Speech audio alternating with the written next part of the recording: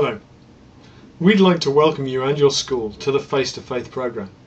We're very glad you've chosen to join us, and we're looking forward to helping you to engage your students with their peers around the world for meaningful dialogue and mutual learning. This movie is designed to give you a very brief overview of the first things you can do in order to most effectively engage with the Face to Faith programme. There are 4 sections to this video. Where can I get help? The classroom resources, starting on the online community, and starting with video conferencing. We'll begin with the one that most people are concerned about. Where can I get help?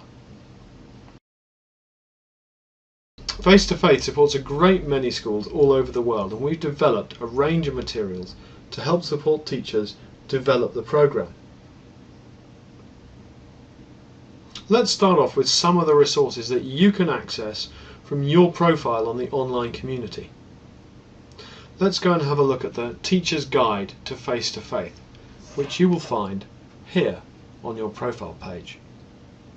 So if we click on this link, you'll see that there is some introductory text, but straight away one of the options says, I'm new, where do I start? If you click on that, you'll find yourself on another page with a variety of resources. You'll see first of all there's a video that introduces the Face to Faith programme. Below that, at the bottom of the page, are a number of downloadable documents which also introduce the programme and give you a very loose overview. Let's look at this one, which outlines the teaching resources that are available. You'll see it gives you an overview, introduces the idea of the skills and competencies, and gives you a very short introduction to the teaching materials that we provide.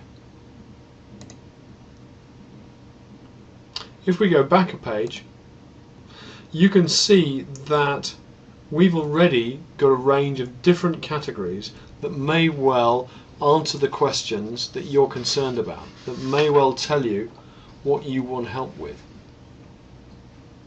So there's help with the online community, there's help with video conferencing, there's help with the classroom resources, all of which we'll introduce later on in this video. We've found that for many teachers the simplest way of helping people to understand the elements of Face to Faith are through videos. So we've created this page, Show Me How To, literally to show you how to do things. So on this page you will find a number of videos. They are all also on our YouTube and Vimeo channels. We have channels on both Vimeo and YouTube because we know that not everyone can access YouTube from school. If you scroll through the videos, you'll see that some of the videos on offer are designed for students to watch, such as this introduction to the site for students. Others are designed specifically for teachers and site managers, so creating student accounts, managing student accounts, those kinds of things are just for teachers. Some of them, like the House Rules one, is particularly designed for you to watch with your students, either working with them in class or perhaps even setting it as a homework, where it introduces the expectations that we have of the way that students might use this site most appropriately. It's also worth remembering that you can also ask other teachers for their advice as well. If we go up to the top and click on the forum, on this page we will find a teacher-only forum. Students obviously will be unable to see this. This is a place where you can ask for help or share your good practice. And we also have an ongoing programme of teacher video conferences too. If you've tried all those options and there seems to be no answer to the question, just email one of our team members and a member of the team will get back to you as quickly as possible with an answer to your query. Now, let's think about how we might approach the classroom resources.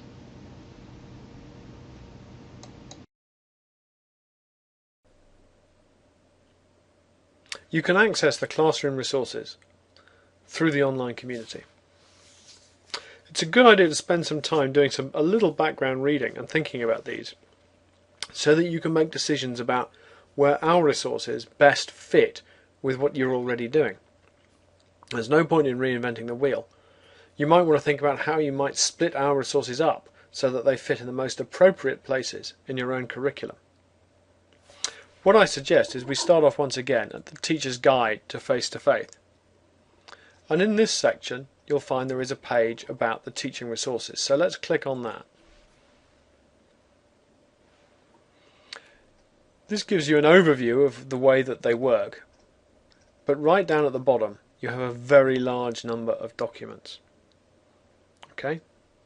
Now you'll notice these are all optional documents. We don't want people to read everything. What we're trying to do is provide information that answers your questions if you have some.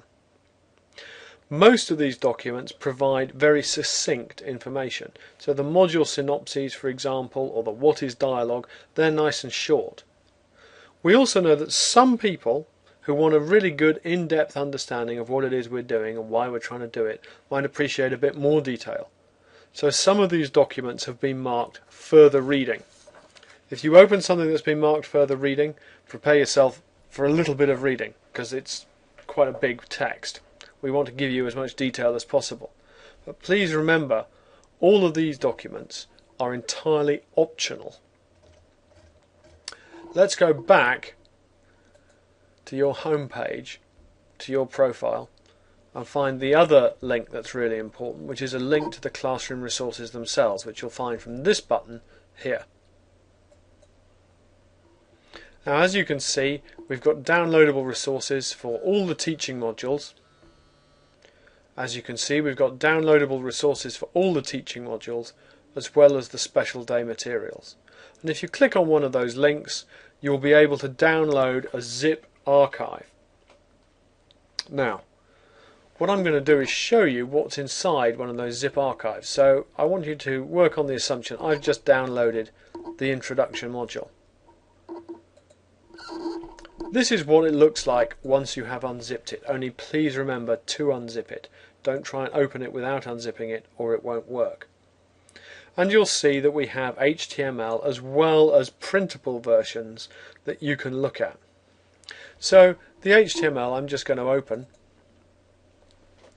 and you'll see that you have some introductory material and links to each one of the individual lessons, but there is actually a separate video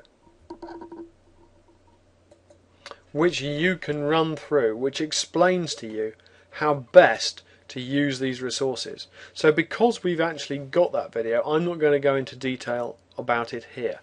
This is just to remind you that that resource exists. So you can go through it in your own time, find out how to use the resources, find out how they work.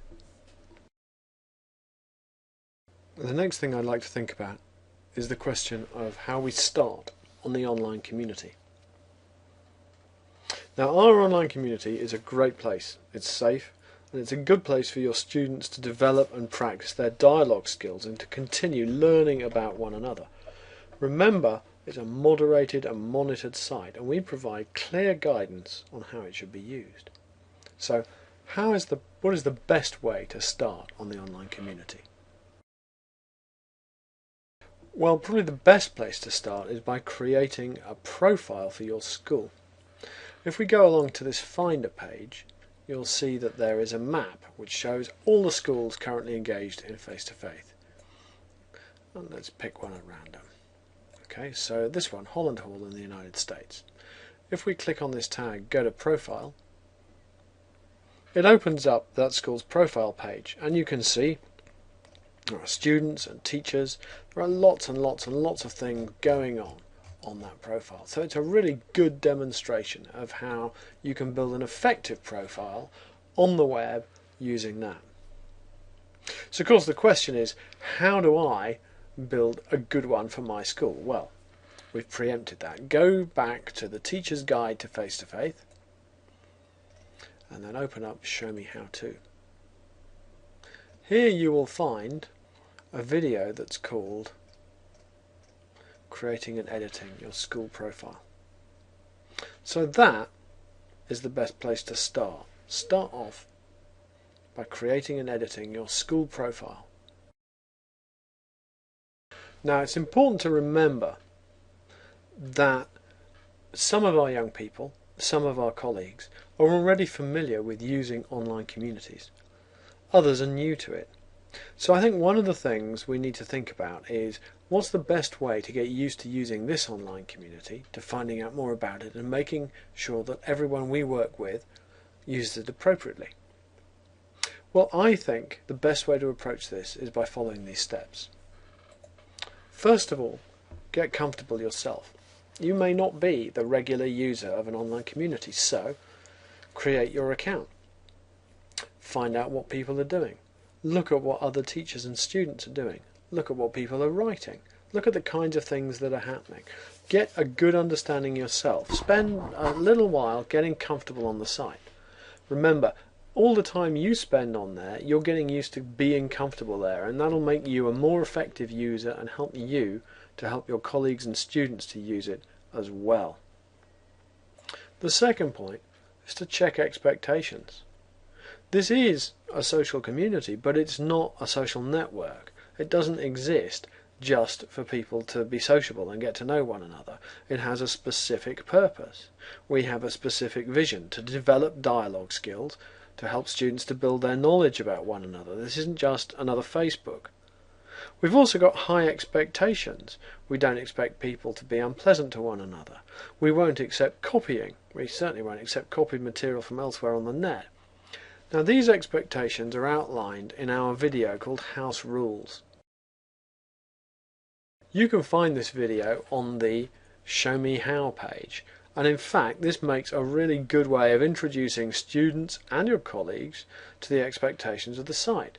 A great idea. You can use it as a homework. You can set it for students as a homework and say make sure you watch this so that you understand the expectations of the face-to-face site. The next thing is to add your colleagues and students. We've designed the site so it's easy to create new accounts. And of course, if you look at videos like this, creating student accounts or managing student accounts for teachers, you'll find lots of helpful tips. In fact, it'll take you through the process step by step.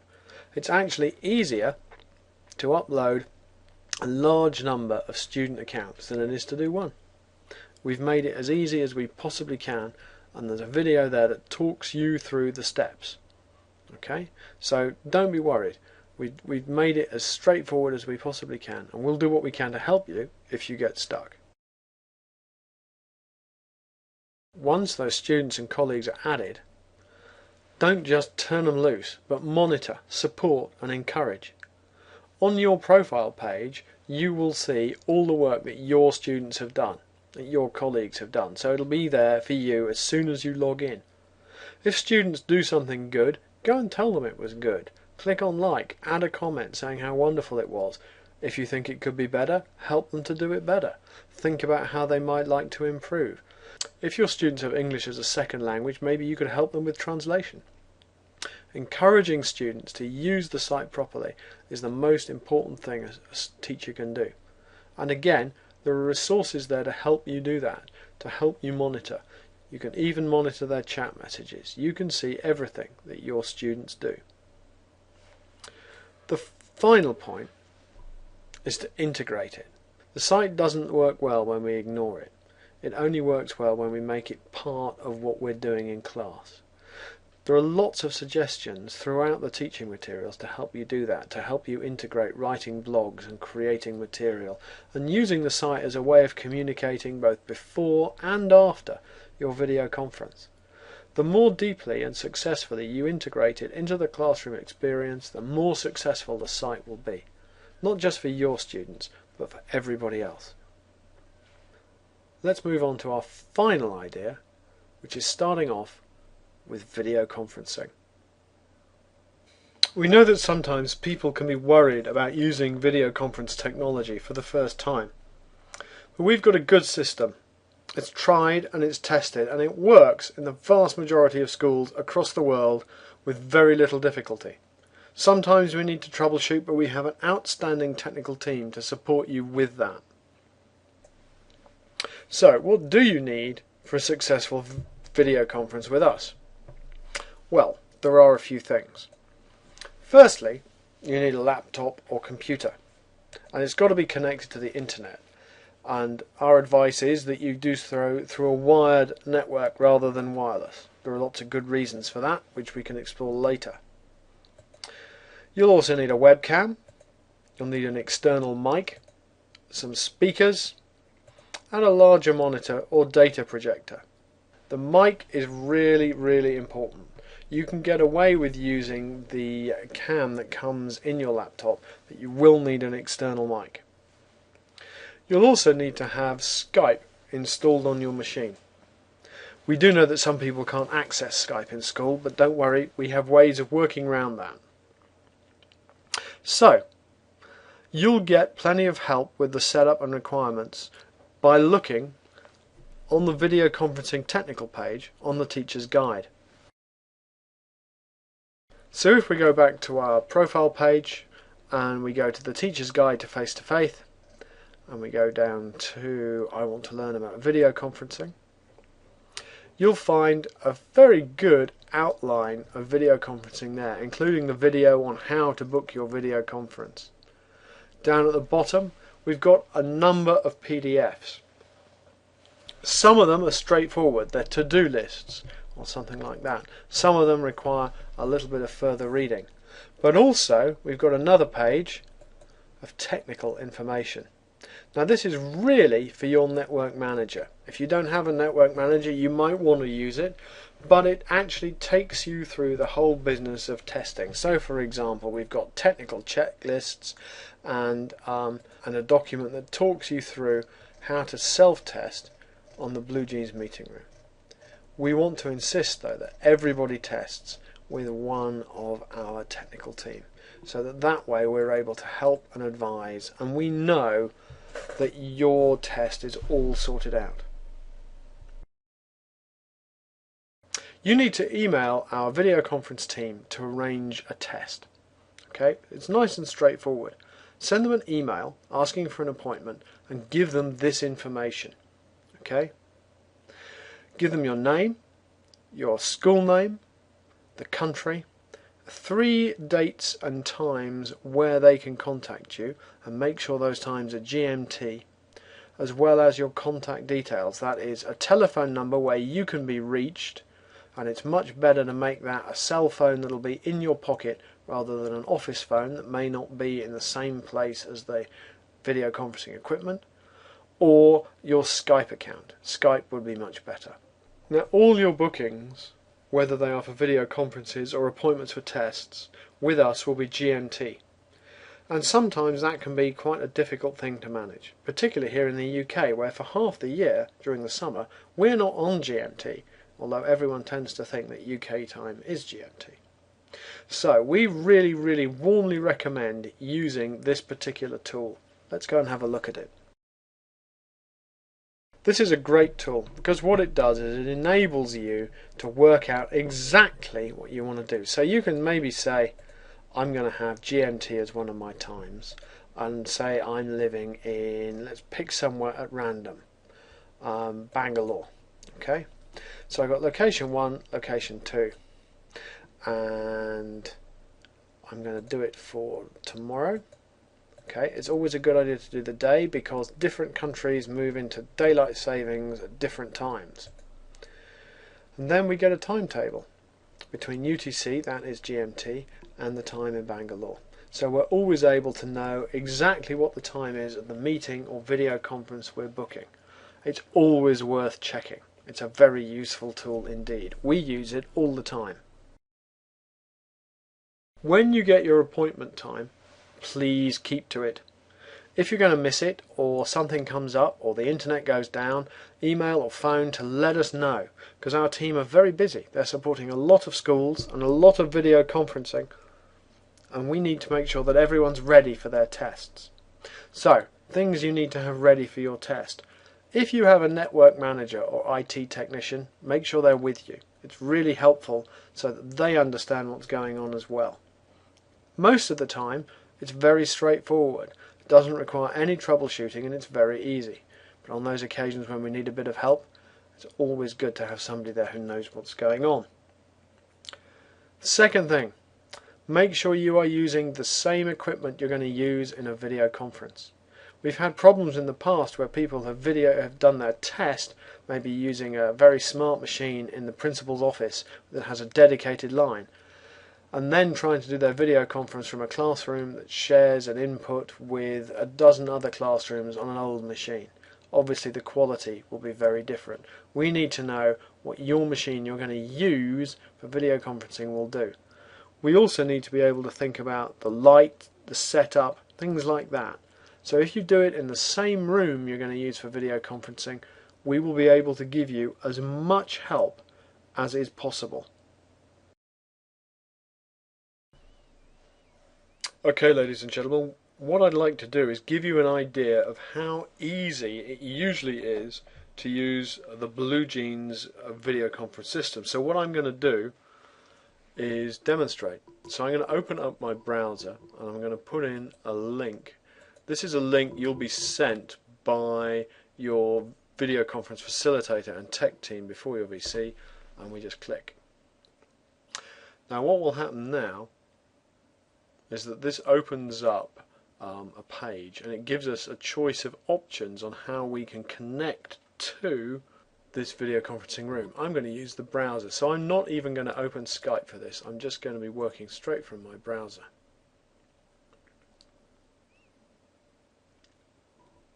I'm going to allow other people to see me. So my video and mic are enabled and I'm in the room, and I'm sharing the room with Sanjay, who is our technical supremo and with whom you'll probably be working at some stage. So I'm just going to ask him very briefly to introduce himself. Hello all, I am Sanjay, your technical support for the video conference. I am present there to support you throughout the video conference by remaining behind the scenes throughout the video conference. So do not forget me to Skype in case of any technical error you face during the video conference. Thank you. Thank you very much, Sanjay. Nice to see you. I'll see you again soon. Bye-bye. So, that's how simple and easy video conferencing can be. I hope that this introduction has been helpful. Remember, there is plenty of help, not just on the online community, through your peers as teachers, but also by contacting our help desk. Remember, you are joining a helpful and supportive global community. There'll always be people to learn from. There'll always be people who face the issues that you are facing who'll be able to give you good advice. Thank you.